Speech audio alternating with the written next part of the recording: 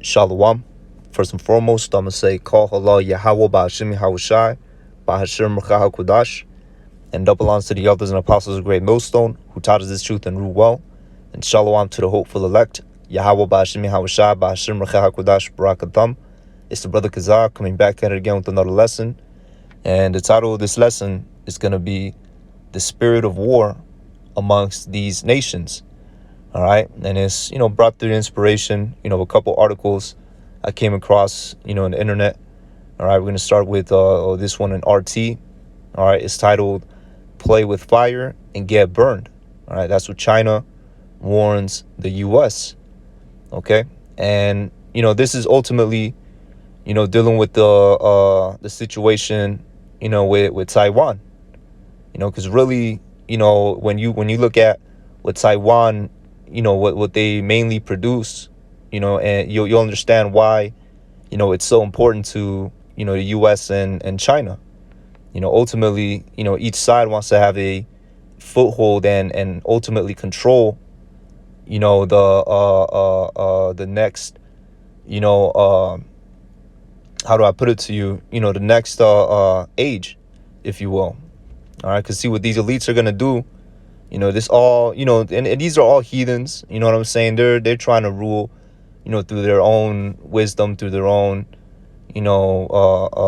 philosophies and their own technologies and their own devices. All right, because ultimately, the reason why Taiwan, is important to these two different nations is because Taiwan is one of the main producers in CHIP technology. That's what it is. So when you look at that aspect of Taiwan, then you see why it's so important to the Chinese and it's so important to the Americans. That's why they're about to go to war with this thing, man.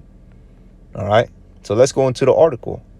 It reads, President Xi sent a blunt message on Taiwan in a candid phone call with Biden. All right. It says Taiwan is a part of China, and the 1.4 million Chinese will not tolerate any challenges to the country's national sovereignty and territorial integrity, President Xi Jinping told his U.S. counterpart Joe Biden. Okay, so he just put his numbers up. He just said, "Hey, we 1.4 million deep." You know what I'm saying?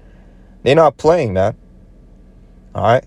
It says, Xi's warning comes amid reports that House Speaker Nancy Pelosi is preparing to visit the island next month, something Beijing has warned her against.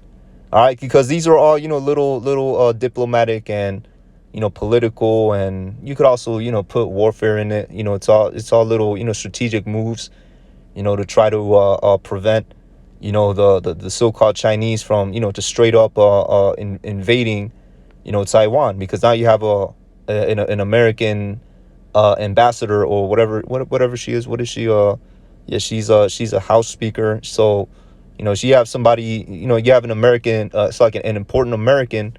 You're going to Taiwan, so they do that in hopes that the Chinese will refrain from attacking Taiwan. Which really, man, you know what I'm saying? It doesn't seem like they're gonna refrain from attacking Taiwan. If they do, man, it is what it is. But hey, man, the Lord is putting a hell of a spirit amongst these nations, man.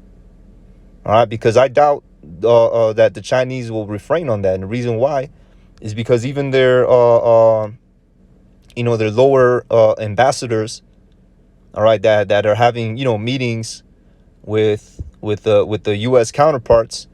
You know what I'm saying? Even they feel the same way. So we have another article.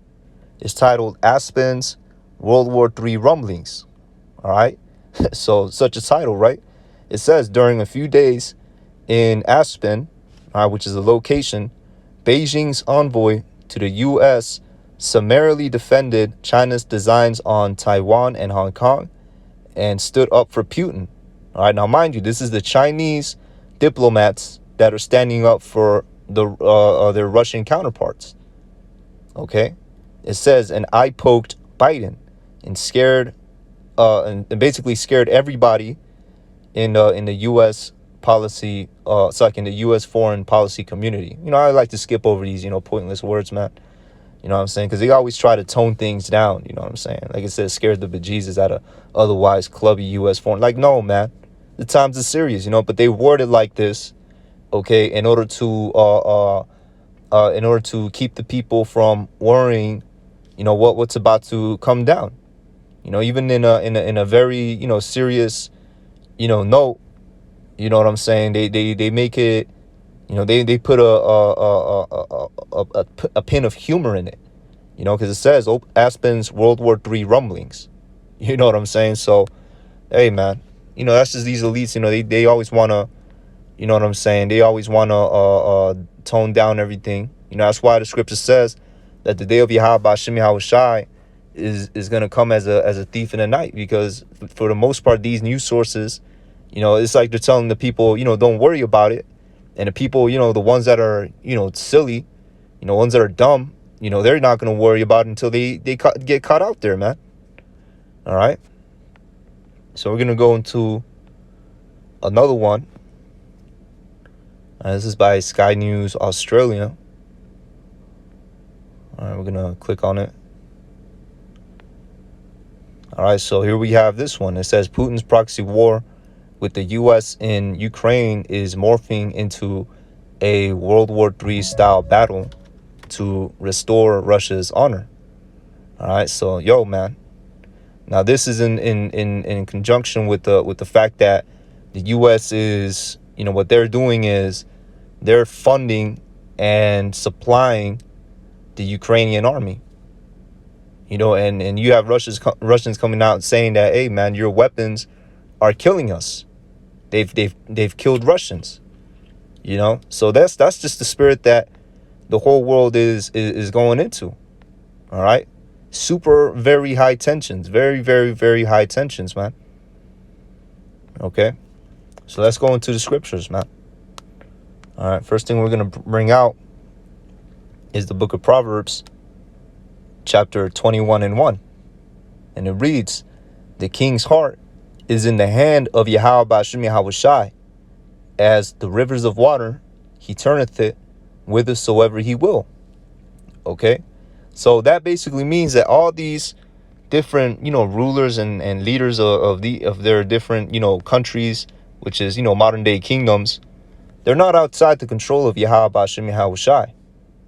Okay, because the Lord, by way of the angels, he, controls what they're gonna do. And ultimately he controls, even from whether it be presidents, prime ministers, even these elite banking families, he controls them, by way of what? Spiritual demon Satan, which is, his left-hand angel, because what these elites do is they, do their rituals and whatnot. They summon up Satan, and then Satan tells them, what their next move is going to be. But what they don't understand, all right, or maybe they're too proud to see it, is that Satan is under the control of Yahweh Ba'ashim Yahawashi. All right, that's what it means to be all powerful. Okay, that he is doing this, but why is he doing this? All right, why is Yahweh Ba'ashim Yahawashi about to, tear the world apart? That us in this knowledge, we have that, understanding. But let's say, someone new comes across and, doesn't know, he needs to find answers, is because the children of Israel is going to be delivered. All right. The children of Israel, who are the so-called blacks, Latinos, and Native Americans, who make up the 12 tribes, they're going to be delivered, man. All right. And that's what, and it's not going to be the whole nation. It's only going to be the elect. Okay. Yahweh Ba'ashim Yahawashi is about to deliver the 1/3 remnant. That's why all these things is happening. That's why you got food plants blowing up in America, man. All right, which is at the hands of these elites to create that man-made famine. All right, to have their order rap K, try to, that's another topic right there. But that's why all these things is happening, man. All right, so with that, we're gonna go to the book of Matthew, chapter 24:6. Okay. And Matthew chapter 24:6, and it reads, "And ye shall hear of wars and rumors of wars. All right. Now this, in the meantime, is a rumor of war. Because both nations haven't, actually officially, went to war with each other yet. And this also applies with the U.S. and China as well. But all this huffing and puffing, brings about rumors of wars. And soon these rumors of wars is going to manifest into real wars, man. All right. See, how about Shemi Hawashai, leading these nations into war? Because ultimately he's a man of war. All right. He's a man of war, and he wants to flex his power when he delivers the children of Israel. So he wants every nation to be, at their very best. All right. That's why it says in the book of Joel, all right, chapter 3. Let's bring that out. That's why it says in the book of Joel, chapter 3, and we're just going to get straight to the point. Verse 9 and 10, it says, proclaim ye this among the Gentiles. Prepare war, right? Prepare war. Wake up the mighty men, and let all the men of war draw near, and let them come up. Beat your plowshares into swords, and your pruning hooks into spears, and let the weak say, I am strong. Okay? So he wants all these nations when they're at their very best. And ultimately, he got them in under a deception. Like, yeah, we gonna train up so we can fight against Babylon. But really, they about to fight against Yahweh Shemi Hawashai. They about to fight against Yahweh Shai and the thousands of heavens and the elect. The chariots, man. Laser beams, things like that. That's what they finna be fighting against, man. And that's how the Lord, he is a man of war. You know what I'm saying? Because, he don't want to fight the nations at their lowest points, at their weakest. When they, somehow established some type of peace in the world and they took us down. You know what I'm saying? So it's just world peace, and you see nothing but farms and agriculture and technological buildings. No, man, he wants to fight them when they're at their strongest, when they don't put all their resources into their military, man. And their military is gonna be fighting amongst each other, but when they see Yahweh Shai and chariots, they're gonna make peace and try to fight the Lord, man. You know what I'm saying? But they're going to fail. All right, so Matthew chapter 24 and 6, and the reason ye shall hear of wars and rumors of wars. See that ye be not troubled, for all these things must come to pass, but the end is not yet. All right, so the end is not yet. So basically, man, these rumors of wars, man, we got to rejoice when these things happen. You know what I'm saying? Now, of course, the first initial, impact, you might, feel some type of way about it, but it all starts in the mind, man. Just train yourself to understand that whenever these things happen, is that, we about to get taken out of slavery. Lord willing, we're of the elect. Lord willing, we make up that remnant. We're going to be taken out of slavery, man. All right, so read, see that ye be not troubled, for all these things must come to pass, but the end is not yet. All right, so we can't be troubled at the wars and the rumors of wars. All right, because you literally have a war going on, man. You have, Russia, Ukraine. You know what I'm saying? And then you have all these rumors of wars. You have, China trying to take over Taiwan, and then you got the U.S. standing in between that. So that means they both going to go to war. They talking about, Russia going to war with NATO and the EU because of what's going on in the Ukraine. All right, this is the direction that the world is heading into. Okay, but it's not heading into it, for a complete destruction of the world. No, it's heading into it so that we could be delivered, man. All right, and with that, we're gonna bring it out in the book of Leviticus, chapter 26.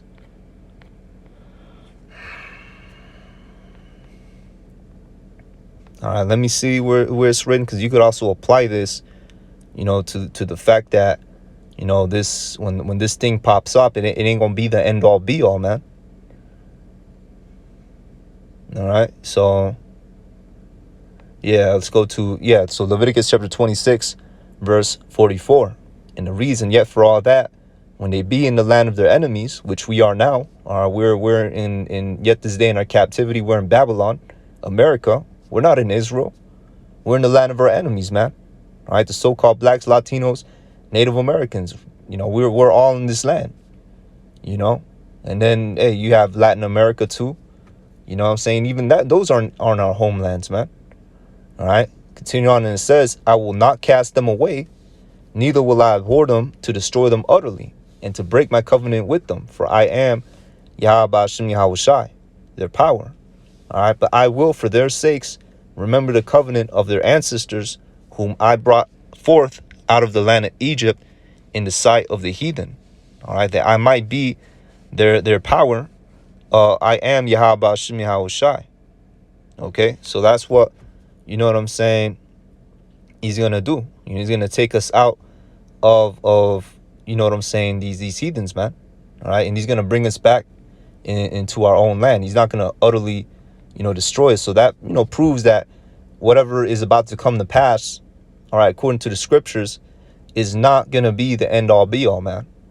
Okay, because you got, you know, people out there, you know, they, you know, put out that spirit of, you know, this is gonna be it.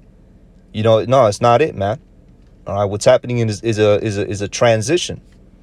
All right, and that transition is that